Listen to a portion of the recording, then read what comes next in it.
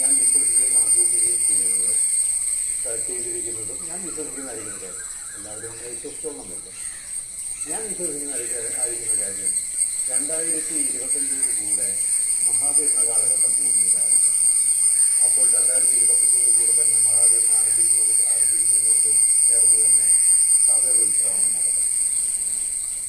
2032 വരെയും ഈ മഹാപീഠകാലം അഥവാ 7 വർഷം ഈ ഭൂമിയിൽ സംഭവിച്ചു.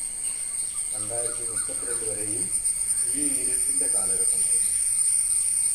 അതിനുശേഷം നമ്മുടെ കർത്താവായ യേശുക്രിസ്തു രാജാവായി ഈ ഭൂമിയിലേക്ക് വരികയും ഈ ഭൂമിയുടെ ഭരണം ഏറ്റെടുക്കുകയും സകല ദുഷ്ടന്മാരും ഈ മഹാപീഠകാലത്ത് കാലടിയായി തകർന്നു. അപ്പോൾ അങ്ങനെയാണെങ്കിൽ നമ്മുടെ